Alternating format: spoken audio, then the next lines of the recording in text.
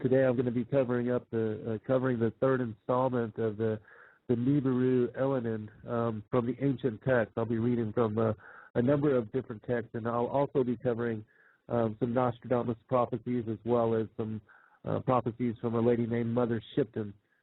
She actually wrote a poem which is tied to this whole blue star, red star, Kachina prophecy. So I do appreciate you tuning in. It's Wednesday evening. This is September 14, 2011, and Jason is saying my sound is muffled. That is not good because we had that problem once before. I'm going to call in real quick again. So hold on, everybody. I'm going to reconnect. I'll call right back.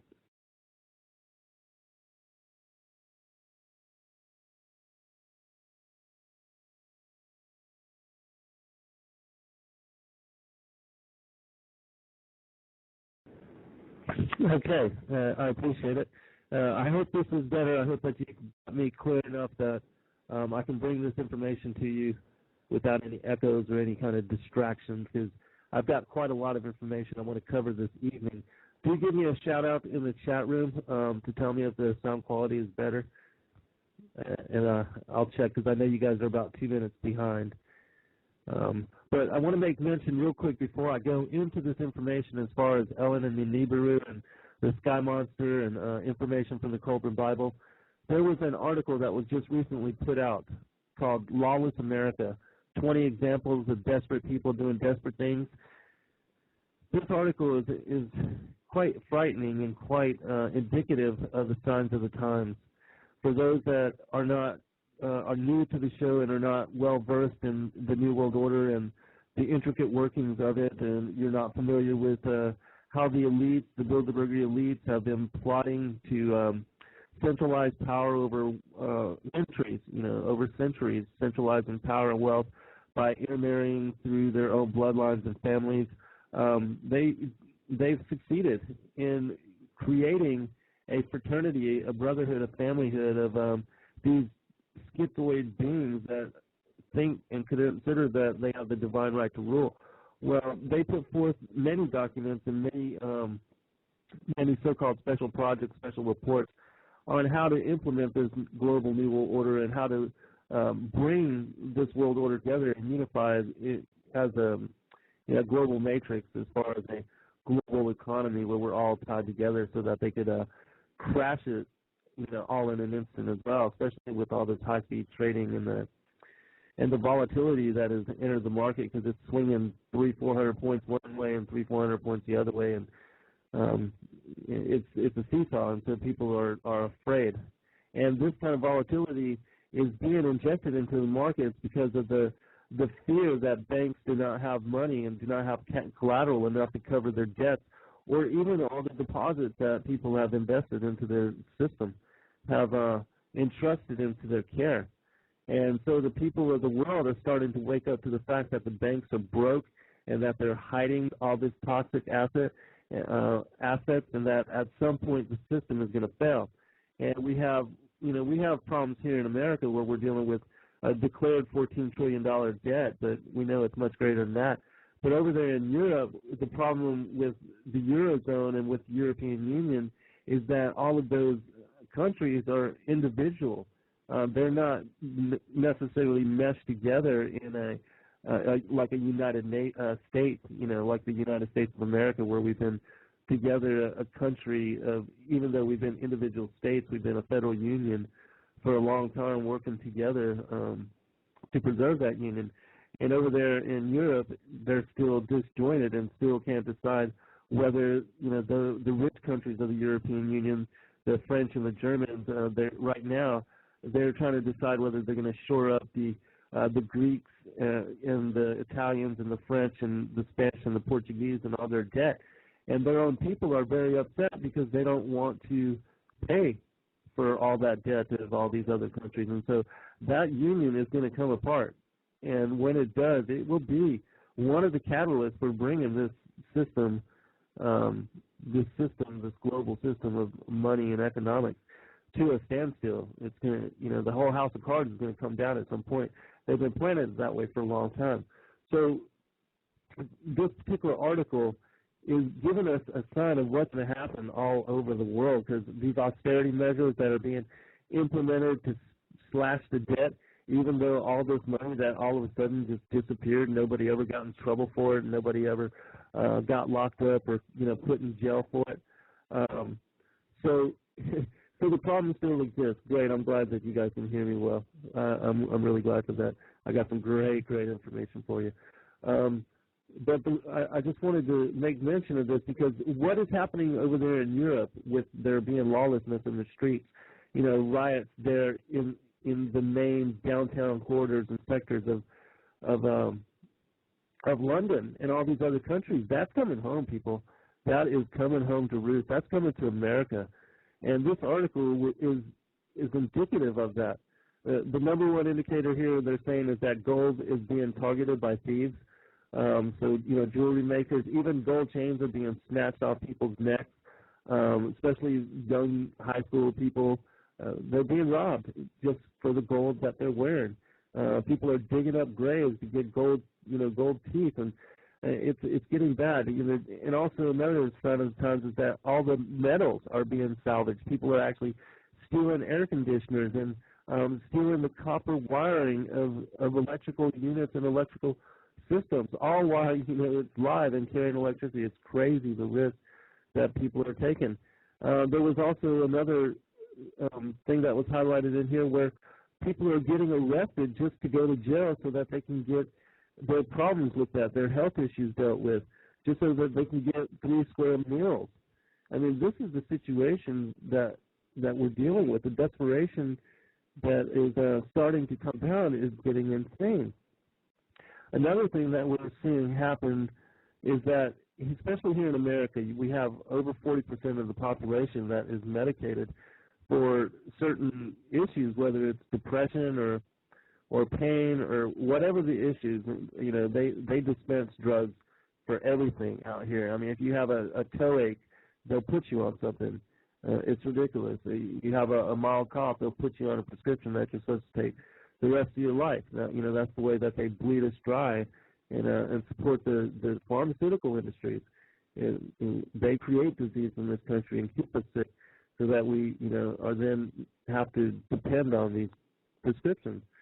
And so that's some of the things that's happening. I read an article just recently about a gentleman that was taking care of his girlfriend's 7-year-old son that happened to have cerebral palsy. And from everything that I've read, this young kid was just mild-mannered, mild-natured, and even though he had special needs, he was really a wonderful kid. And this guy, this boyfriend, he decided to chop the boy's head off with an axe and to throw the child's head on the side of the road. And people are losing it. There was another article, another point from the same article, talking about how this one person went and doused his family members with kerosene and gasoline and lit 13 of his family members on fire. Another person that murdered their parents and threw a party over the weekend. People that are trying to sell their babies in front of the Taco Bells. And stuff. It is getting desperate out there. Really, really crazy. So just be aware, people. Be extra vigilant. Be on your toes. Don't just be zombified, in your daily routines, walking through life. There is danger lurking at every corner now, and so you have to be aware.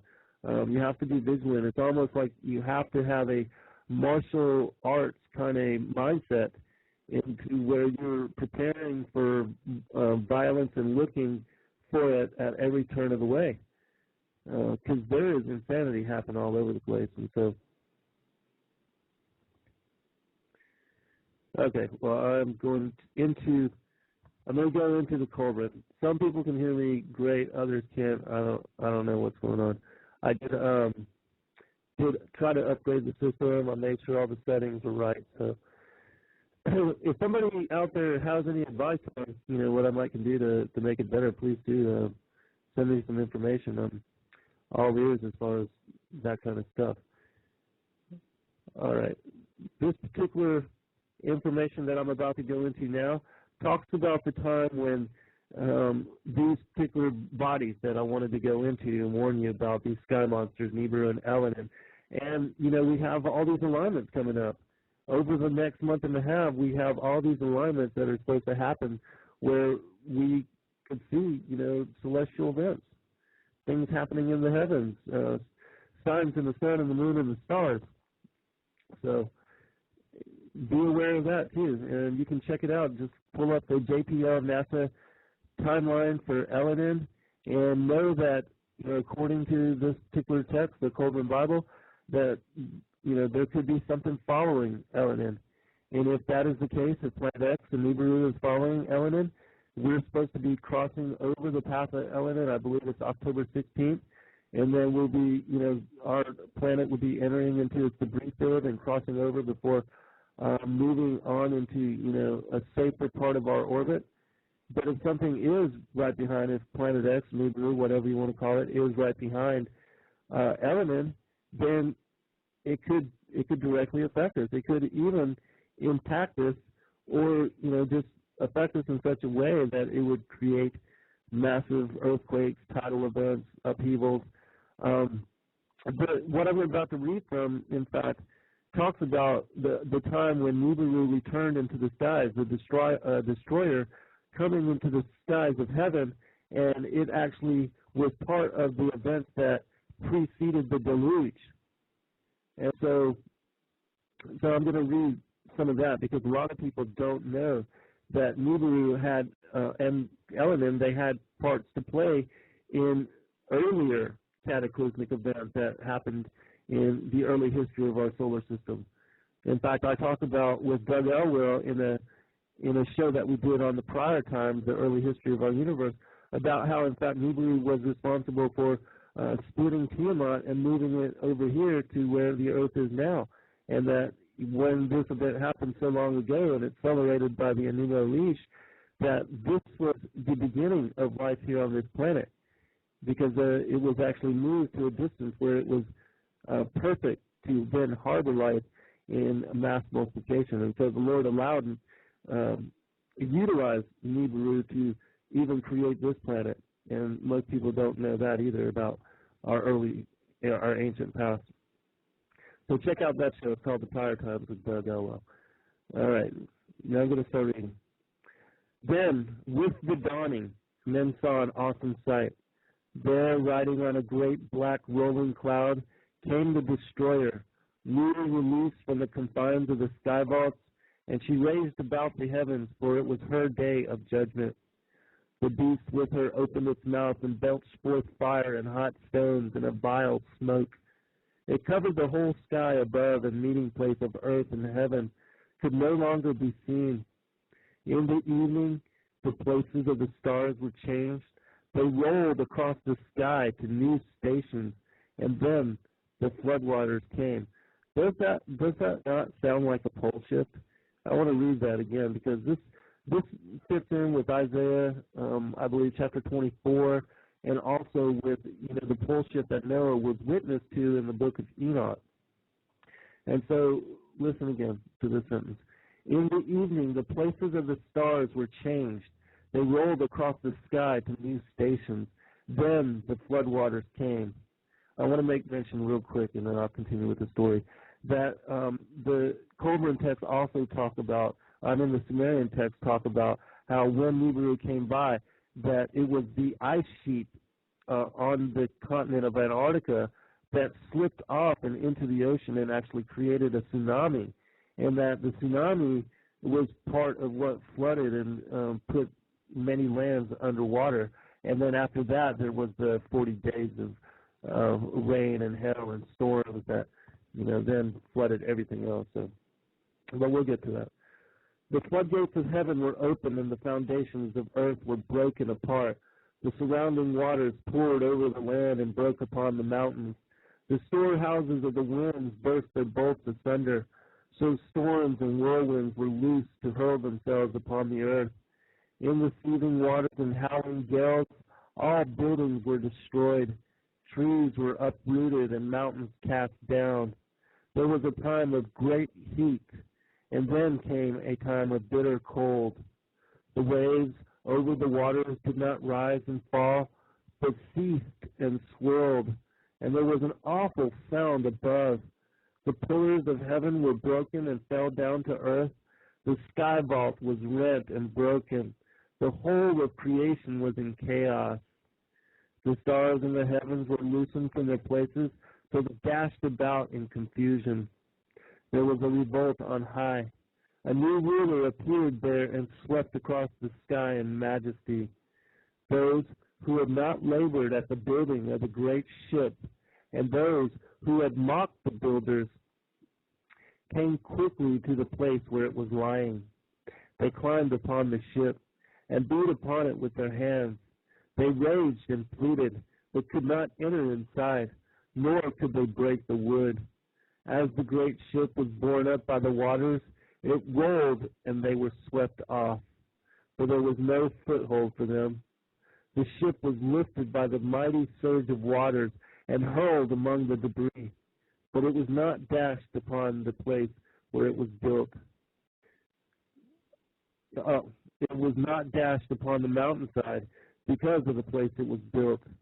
All the people not saved within the ship were swallowed up in the midst of the raging confusion, and their wickedness and corruption was purged away from the face of the earth. The swelling waters swept up to the mountaintop and filled the valleys. They did not rise like waters poured into a bowl, but came in great surging torrents. Sounds like a tsunami, doesn't it? But when the tumult quieted and the waters became still, they stood no more than 3 cubits above the earth. The destroyer passed away into the fastness of heaven, and the great flood remained 7 days, diminishing day by day as the waters drained away to their places. And then the waters spread out calmly, and the great ship drifted amid a brown scum and debris of all kinds. After many days, the great ship came to rest upon Cardo in the mountains of Ashtar against Minshim in the valley in the land of God. The next account I'm going to read from, I'm going to check the chat room real quick, and I do apologize again for the sound quality. The next account that I'm going to read for has to do with the Exodus. And another thing that most people don't realize is that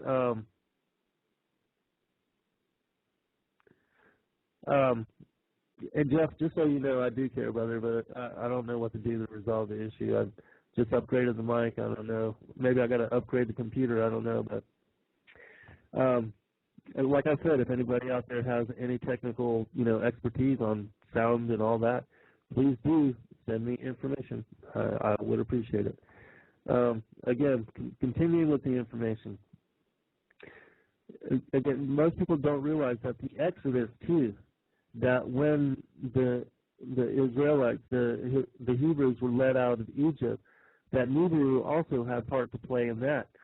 And remember, in one of the plagues was that the water was turned blood red, and also in Revelations that one of the signs of the end of days is that the waters will also turn blood red.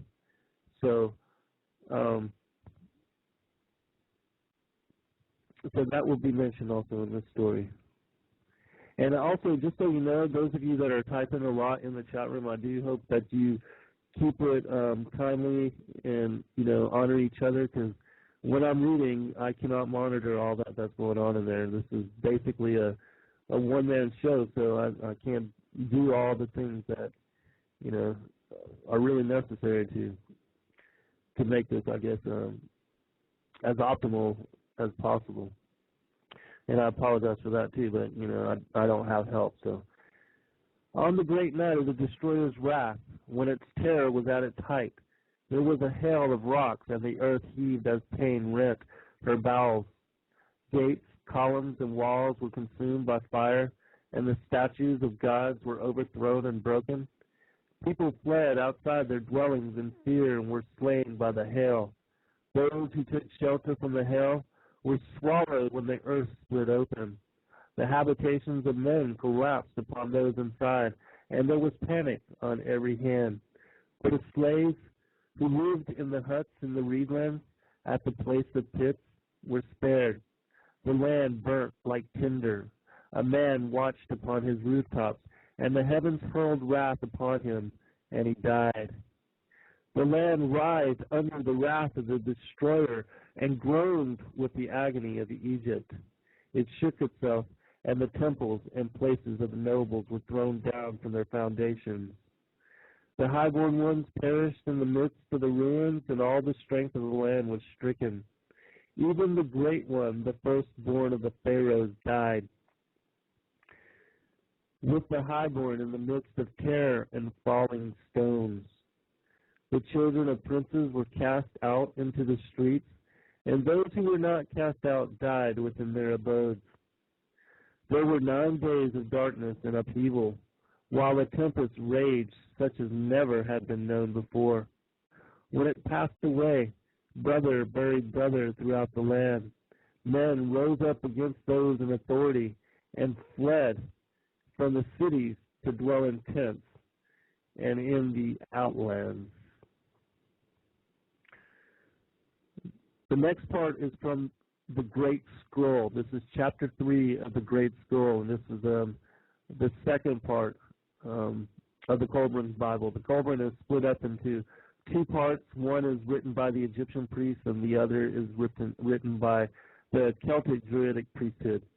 And it actually goes, way back to even prior to Egypt, to even the destruction of the First World Age. And so these stories are very, very ancient. And that's why I do recommend people read the Kolbrin for themselves if they have not. But be wary, that because it is written from a pagan perspective, that they do deny Christ as the Son of God.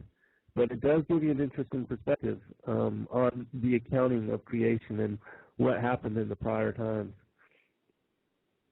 Men forget the days of the destroyer. Only the wise know where it went and that it will return in its appointed hour. It raged across the heavens in the days of wrath, and this was its likeness.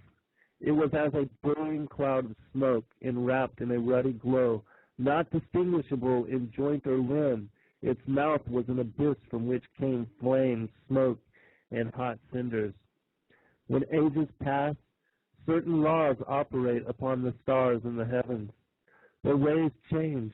There is movement and restlessness. There are no longer constant, and a great light appears redly in the skies.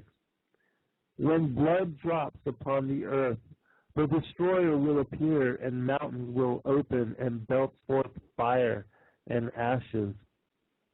I want to read this line again because this has to do with the red dust.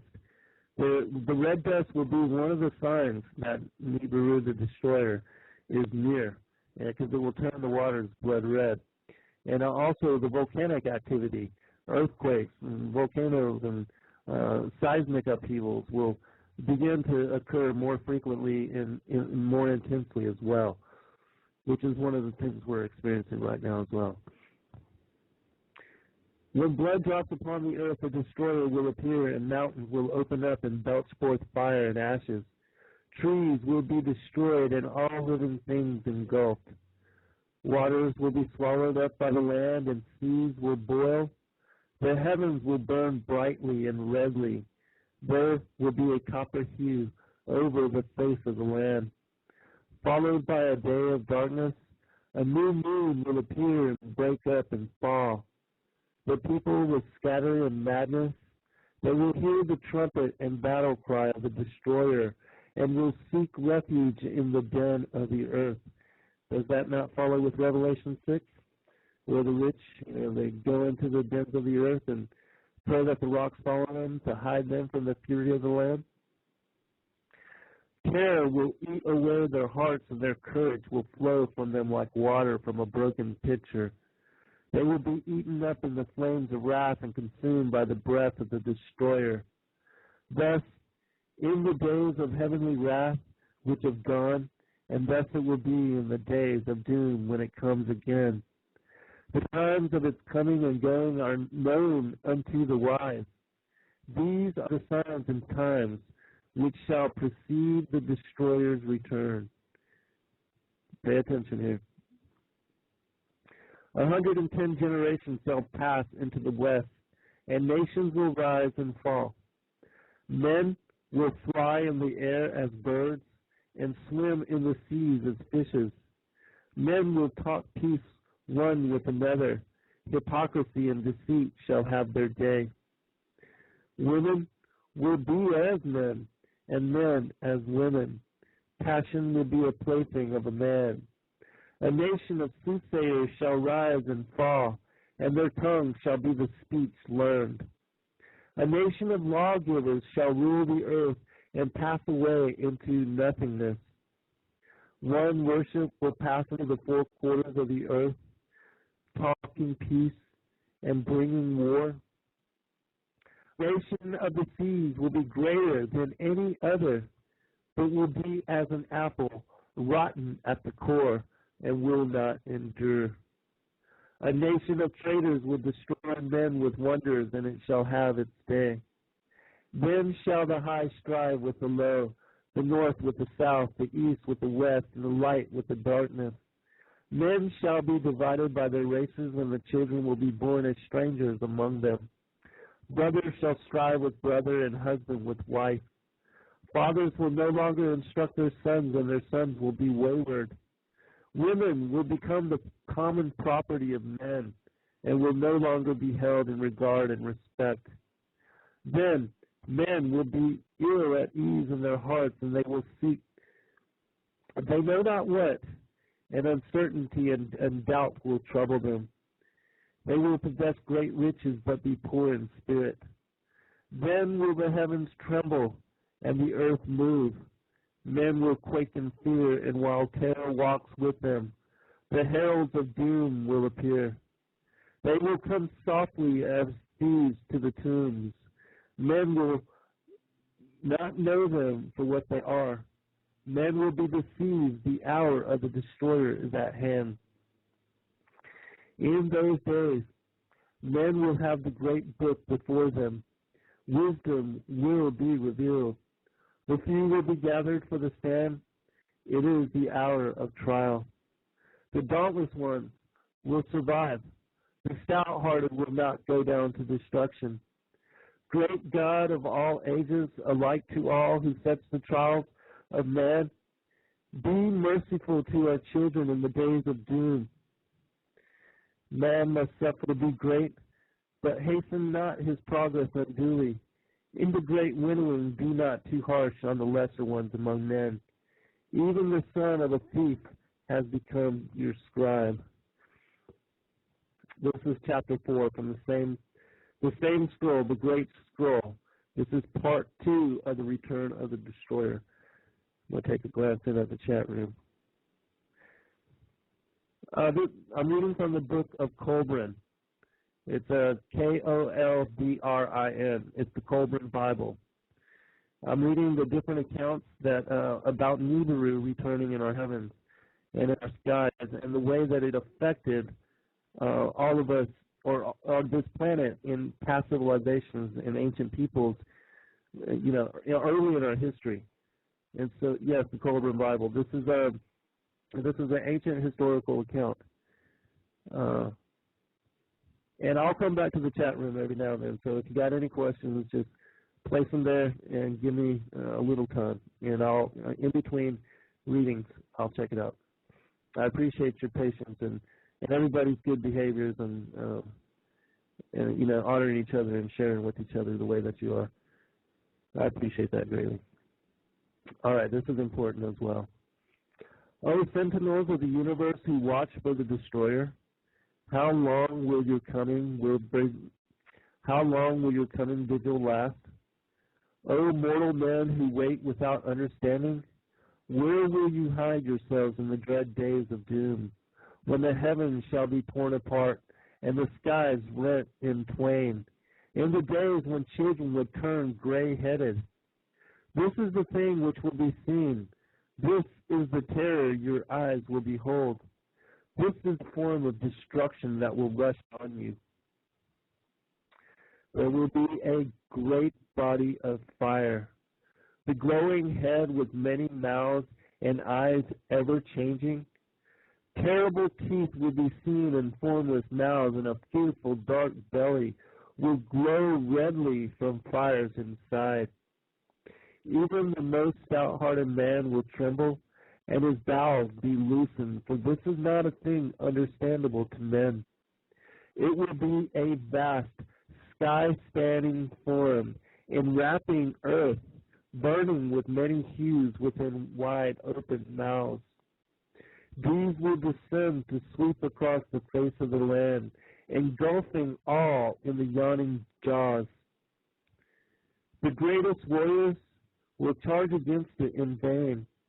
The fangs will fall out, and lo, they are terror-inspiring things, a cold, hardened water.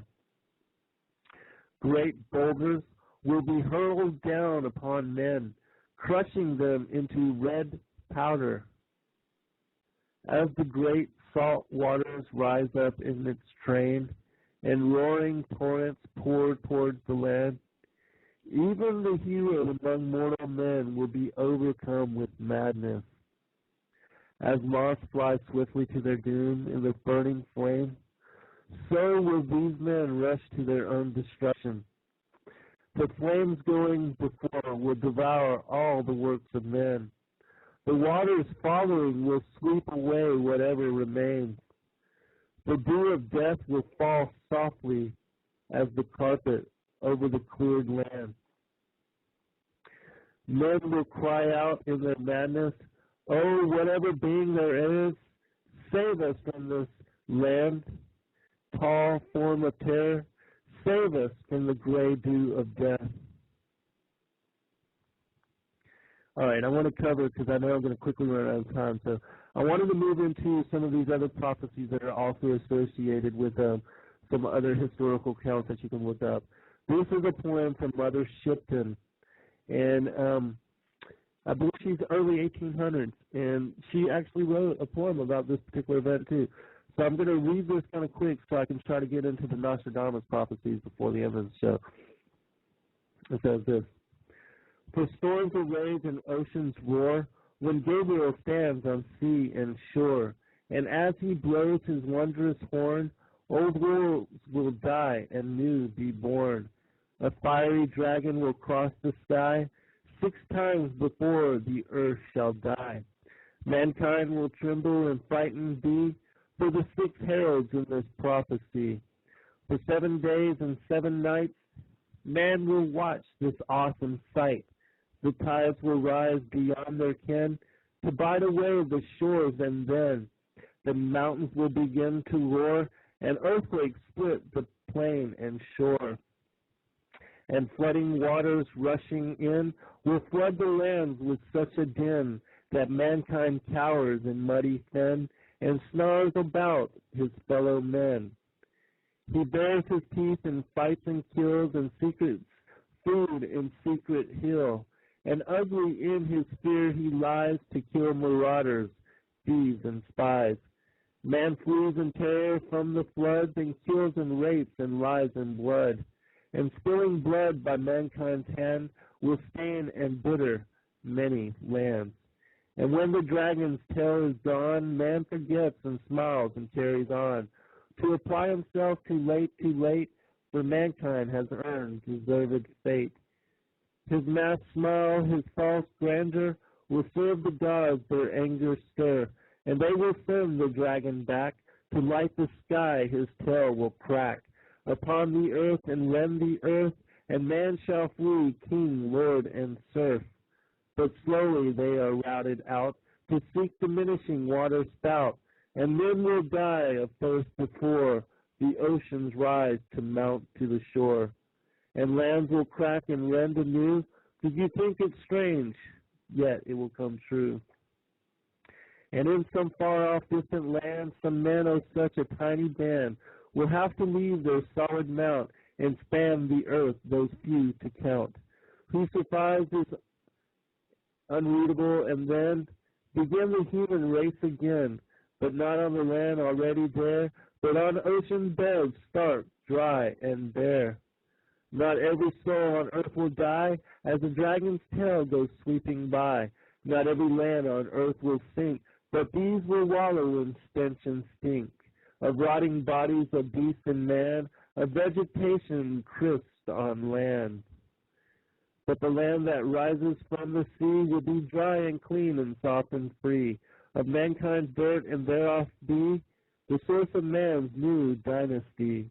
And those that live will ever fear the dragon's tail for many a year. The time erases memory, you think it strange, but it will be. And before the race is built anew, a silver serpent comes to view, and spews out men of like unknown to mingle with the earth now grown. That's kind of interesting, isn't it? A silver serpent comes to view and spews out men of like unknown to mingle with the earth now grown, cold from its heat, and these men can enlighten the minds of future man, to intermingle and show them how to live and love and thus endow the children with the second sight, a natural thing, so that they might grow grateful, humble, and when they do, the golden age will start anew. The dragon's tail is but a sign for mankind's fall and man's decline. And before this prophecy is done, I shall be burned at the stake at one. My body singed and my soul set free. You think I uttered blasphemy? You're wrong. These things have come to me. This prophecy will come to be. That's a Mother Shipton on the great dragon, which in the enumeration, several of the old tales that discuss the battle that happened between Nibiru and Tiamat in the early days of the solar system, that they called Nibiru the dragon. All right, I should have time to get through this. All right, these prophecies that I'm going to be reading now are connected to Nostradamus, and there's just a few quatrains that I'm going to read, and then I'm going to try to end the show with one final account from the Sumerian text. Excuse me while I sip some water.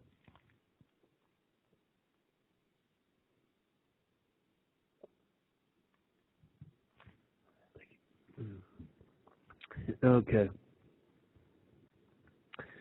This is quatrain I-69. The great mountain round us 7 stadia, afterwards peace, war, famine, flood. It will roll far away, sinking great countries, even antiquities and great foundations. All of these things that I'm bringing forth to you are also connected to the Bible codes, because for those that study the Bible codes, there's a lot of asteroids and asteroid impact, hailstorms, floods, earthquakes, upheavals that are associated to the return of, some cosmic bodies, and that this all has part to play in the future, in the near future even, of the soon-coming history of this planet. And so these are things that we have to be aware of. The Lord warns us about these things. Quatrain 2, passage 43. During the bearded star's appearance, the 3 great princes will be made enemies. Hit from the sky, peace, earth trembling, paw, Tiber overflowing, serpent on the brink placed. Now, I'm no expert at Nostradamus, so I'm not even going to try to decipher all these things. I just thought it would be interesting for you to hear that, that there are prophecies on that side of it too, because we know he's part of that whole Freemasonic, Illuminati, New World Order, elitist, Adam Weishaupt, those elitist people. So the arrow from heaven will make its journey, dead while speaking a great execution. The stone in the tree, the pawn nation brought down, the rumor of a human monster, purge and expiation. Quatrain 262. Mabus will soon die, and there will happen a dreadful destruction of people and animals. Suddenly vengeance will appear, 100 hands thirst and hunger when the comet passes. This also kind of reminds me of the passage in Thessalonians that talks about how they will, they will be declaring peace and then comes sudden destruction. What could be greater sudden destruction than a deep impact type of an event, extinction level event, which is prophesied in the Word? These things are coming. It's not necessarily, in my opinion, that the last bowels of wrath, they are not poured out on the church. If they're poured out on those not written into the book of life and those that have no part in salvation. So be wary of that as well. Okay. I think I'm going to have to skip to, I want to read this account from Sumer. I think I can get to it in just a few minutes, and then I'll end this with a final prayer. This reading from here is called the Lost Book of Enki, E-N-K-I. And this also is a Sumerian cuneiform text that was translated by Zechariah Sitchin that is thousands of years old. And it says this about one of Nibiru's passing. Upon the earth the warmth was rising, vegetation flourished, wild creatures overran the land. The rains were heavier, rivers were gushing, abodes repairing needed. Upon the earth the heat was increasing. The snow-white parts to water were melting. The bars of the seas the oceans were not containing. From the depths of the earth volcanoes were fire and brimstone belching. The grounds were trembling each time the earth was shaking. In the lower world, the snow-white hued place, the earth was grumbling. At the tip of the Abzu, Enki, a place for observing, established. To his son Nergal and his spouse Ereshkigal command thereof he entrusted. A thing unknown and untoward thing thereon is bringing. Nergal to his father Enki said, in Niburu, the place of the bond heaven and earth, Enlil, the heavenly circus, was watching. By the image of the tablets of destiny, celestial motions he was comparing. There is turmoil in the heavens, Enlil to his brother Enki said. From the planet Lamu, the place, that's Mars for those that don't know, Lamu. From the planet Lamu, the place of the way station, Marduk to Enki, his father, was complaining. Strong winds are disturbing, annoying dust storms they are raising. He's reporting from Mars. Remember, the Anunnaki, they have a way station. They're on Mars. They even have one on the moon as well. They set it up there a long time ago. Strong winds are destroying. So Marduk to his father Enki was beaming. In the hammered bracelet, which is the asteroid belt, turmoils are occurring. Upon the earth, brimstones from the skies were falling. Pitiless demons havoc causing. Violently the earth they approached. Into flaming fires in the skies they were bursting. In a clear day, darkness they were causing. With storms and evil winds they raged around. Like stony missiles, the earth they were attacking. Kingu, Earth's moon, and Lamu, too, by these havocs were afflicted. The faces of all three, just so you know, Kingu is the moon. The faces of all three with countless stars were covered. Enlil to Enki to Anu the king, urgent words were beaming. Nibiru's savants they alerted. The earth and the moon and Lamu, a calamity unknown, are facing. In the heavens, Niburu was approaching. The sun's abode it was nearing. By the seven in a row arraigned was Niburu distracted. The path through the hammered bracelet it was missing. From the bracelet bits and pieces it had been displacing. The rest of the celestial bar, Lahamu, that's Venus, with Niburu, that's Mercury, near the sun were crouching. In the heaven, Lahamu, that's Venus again, her glorious dwelling place was abandoning. To quell her, Niburu, from the celestial deep, a monstrous demon made appear. A monster once to Tiamat's host belonging, by the celestial battle fashioned, from horizon to the midst of heaven, like a flaming dragon it was stretched. 1 league was its head, 50 leagues in length it was, awesome its tail. By day the skies of earth had darkened, by night upon the face of the moon a spell of darkness it cast. To her brothers the celestials Lahamu for help was calling. Who will the dragon obstruct? Who will stop and kill it, she was asking. Only valiant Kingu, once Tiamat's protector, stepped forward to respond. To intercept the dragon in its path, Kingu was making haste. Fierce was the encounter. A tempest of clouds upon Kingu was raised. By its foundation was Kingu shaken. From the impact did the moon quake and shake. And then the heavenly havoc was calmed. Niburu, to its distant abode of the deep, was returning. Lahamu, in its dwelling place, did not abandon. The stony missiles upon the earth and Lamu ceased their reigning. All right. I did have a little bit more to read to you.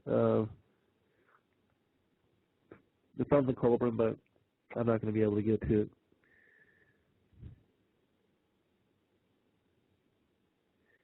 Okay, and again, I want to thank everybody, and for those that have some kind of technical expertise that can tell me on how to increase sound.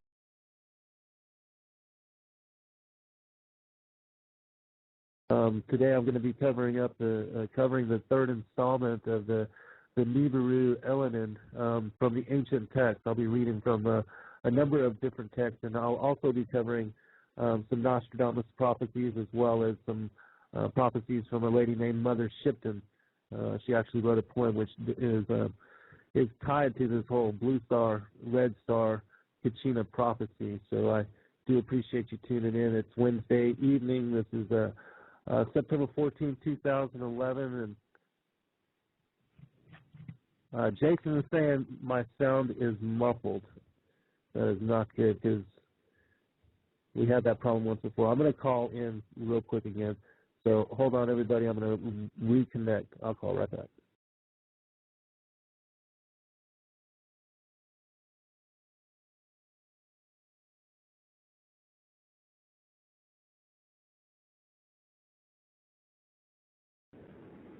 Okay, I appreciate it. I hope this is better. I hope that you got me clear enough that I can bring this information to you without any echoes or any kind of distractions, because I've got quite a lot of information I want to cover this evening. Do give me a shout out in the chat room to tell me if the sound quality is better, and I'll check because I know you guys are about 2 minutes behind. But I want to make mention real quick before I go into this information as far as Elenin and Niburu and the Sky Monster and information from the Kolbrin Bible. There was an article that was just recently put out called Lawless America, 20 Examples of Desperate People Doing Desperate Things. This article is quite frightening and quite indicative of the signs of the times. For those that are not are new to the show and are not well versed in the New World Order and the intricate workings of it, and you're not familiar with how the elites, the Bilderberger elites, have been plotting to centralize power over centuries, centralizing power and wealth by intermarrying through their own bloodlines and families. They've succeeded in creating a fraternity, a brotherhood, a familyhood of these schizoid beings that think and consider that they have the divine right to rule.